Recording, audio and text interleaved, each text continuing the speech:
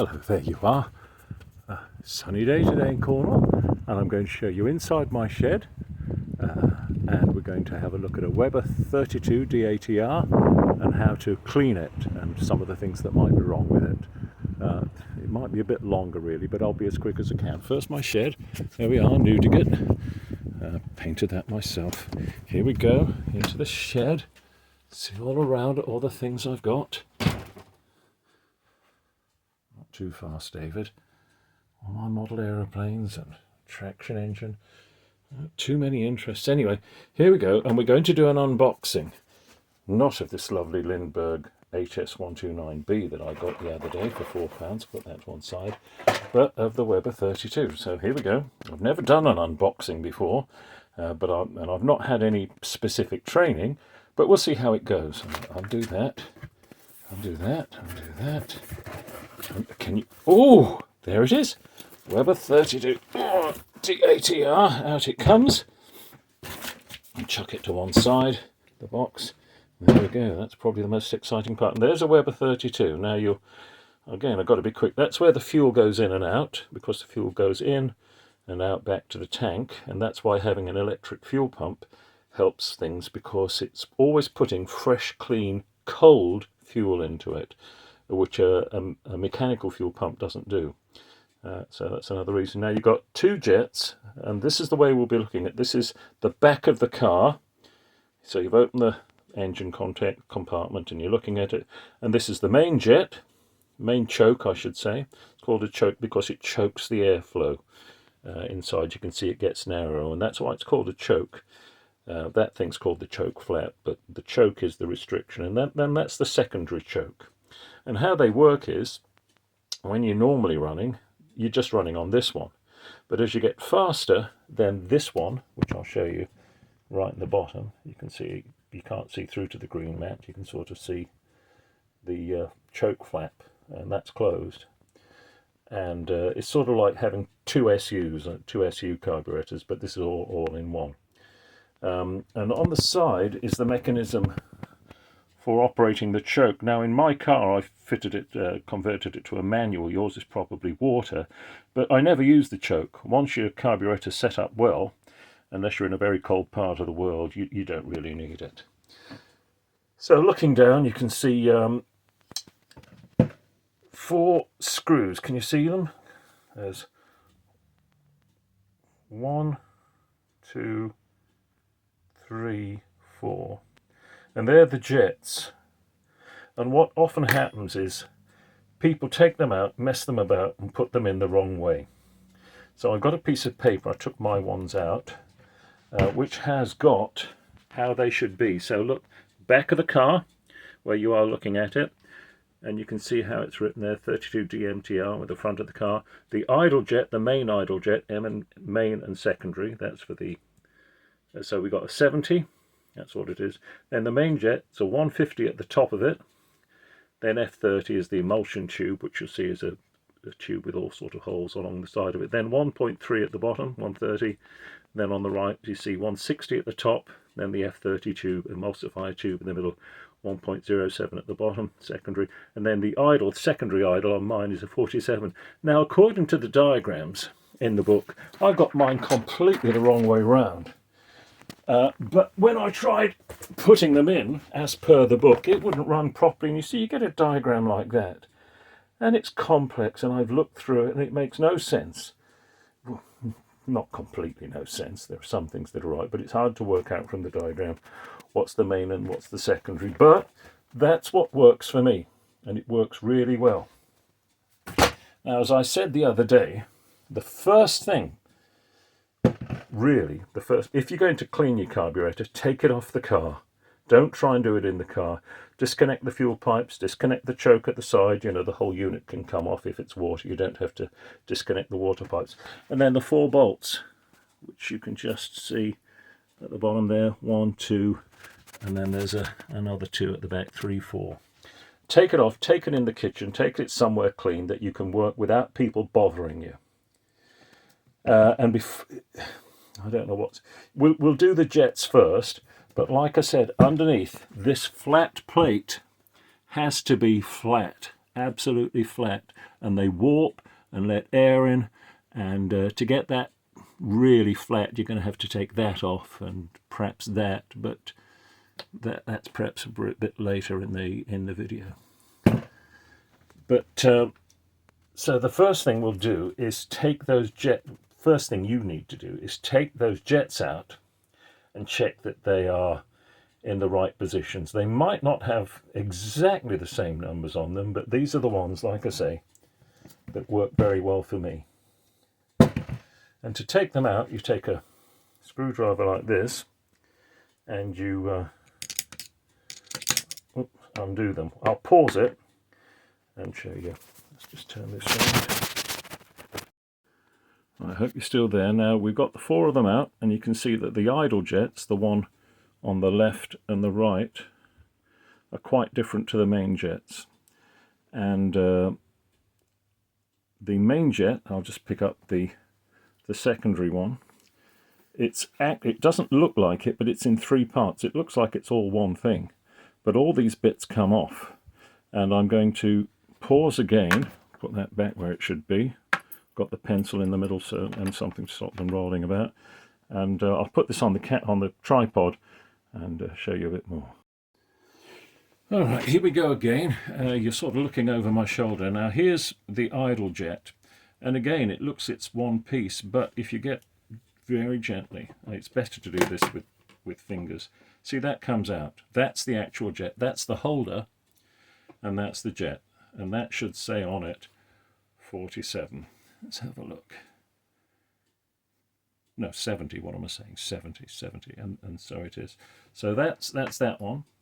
And then here we've got the main jet, and again it looks like it's in one, but it isn't. It's in 3 pieces. We've got, starting from the top, got the 150. This should come off.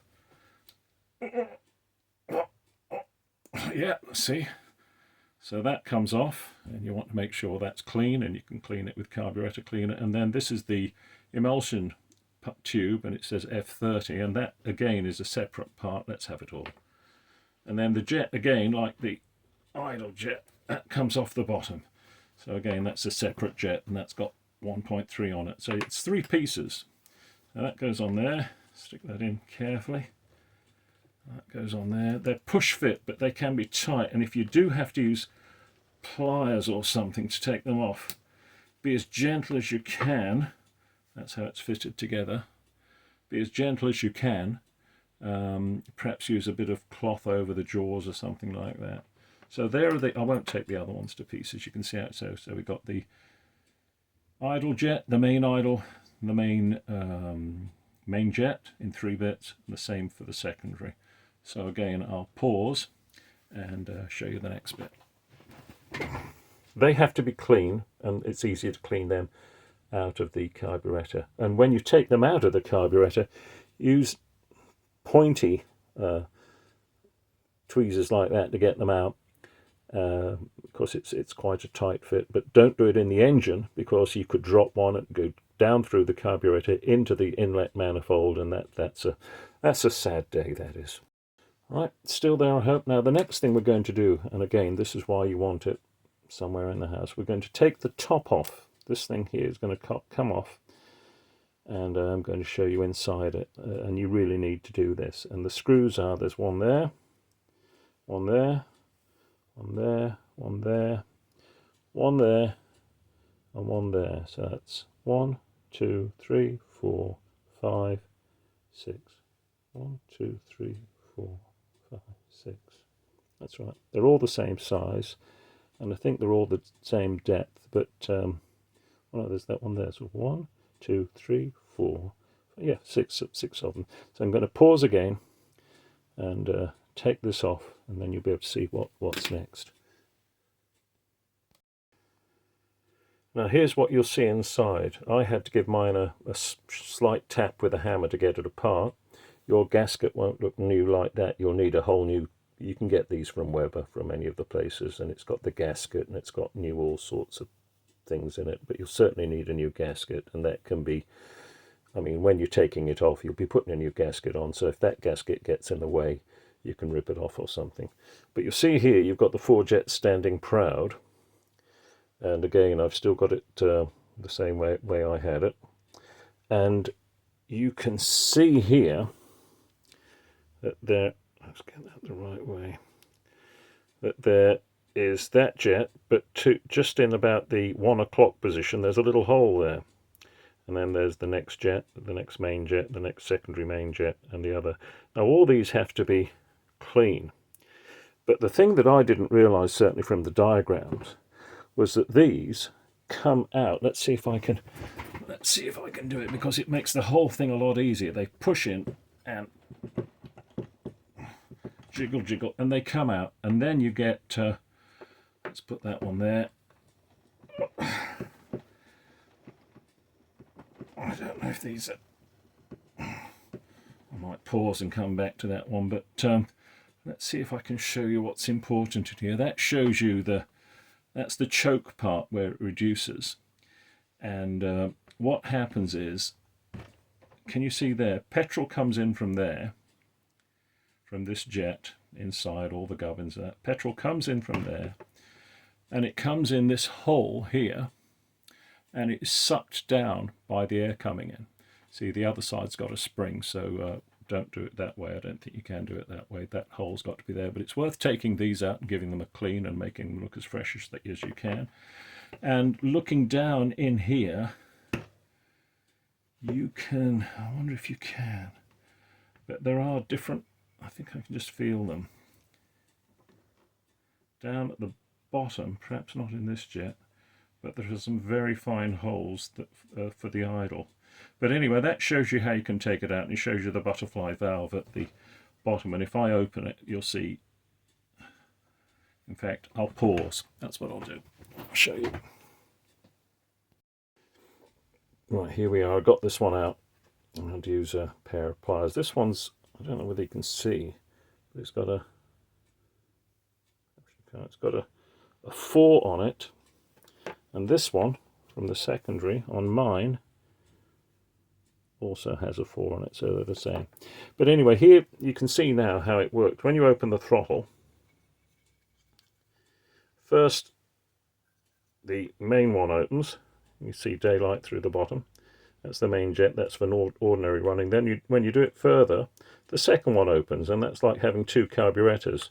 So they close again, so you're going along just on the first one. Then as you go faster, the second one opens. So that's the principle of it. Here you've got the accelerator pump. When you get in the car and the fuel's gone in, you give the pedal a few goes, the accelerator pedal, and you'll see here, that's a pump. That goes, and you can hear it, and that pumps raw fuel down there into the main to give a rich mixture, as they say, more petrol than air, to get you going. This is the float chamber here, and that's probably all filthy. You need to give that a good clear out, because the petrol goes down in there and goes through holes in the side to the jets. I'm going to pause again and show you the next bit. Right, now I've got the jets out. You can just see them over there, and all laid properly with something to stop them rolling in the right order. And then when you look in here, you can see the holes. These are the jet holders, 4 of them from left to right. And so you've got that little hole there, just above my thumb, and another corresponding one there. And you need to get some carb cleaner and spray. You need about 2 or 3 bottles, and you need to spray down each of these holes and any other hole you can find until carb cleaner is coming out of all the holes here. Then you need to clear all in there and spray down and make sure that carb cleaner, you can't see at the bottom, but there is a hole right at the bottom there, on the right hand side and on the left hand side. Can you see right at the bottom, at the deepest part? And those need to be clear, and there are, can I see any other holes? No, they're the main ones at the bottom, that the petrol from the float gets into it all.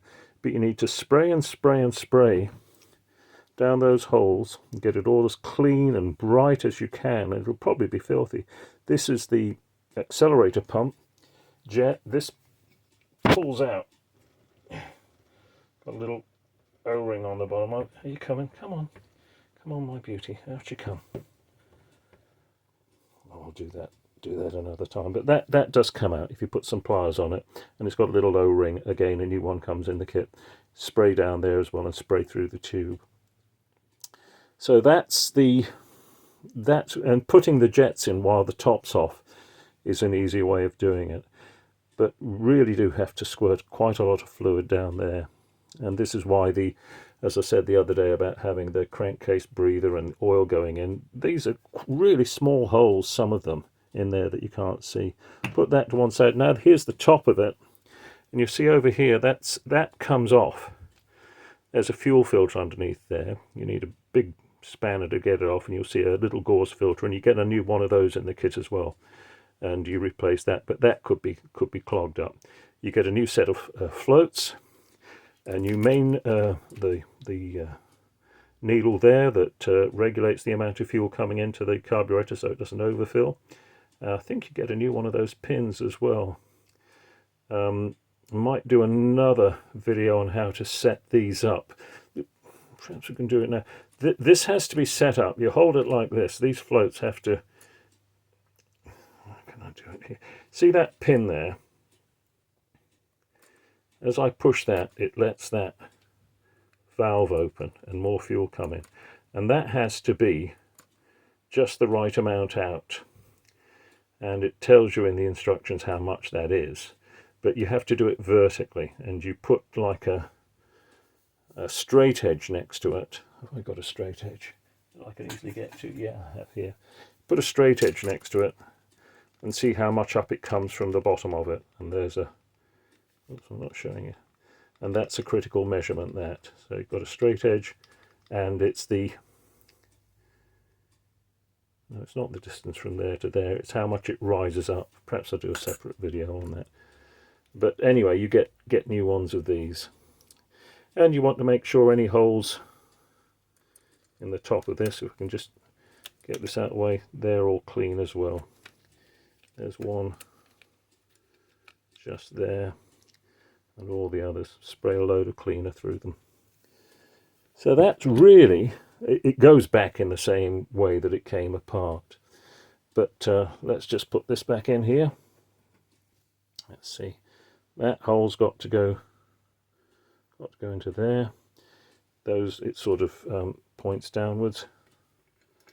Sticks in there. Pushes down. There it goes. Same one. We got the hole there. Yep. Stick it in.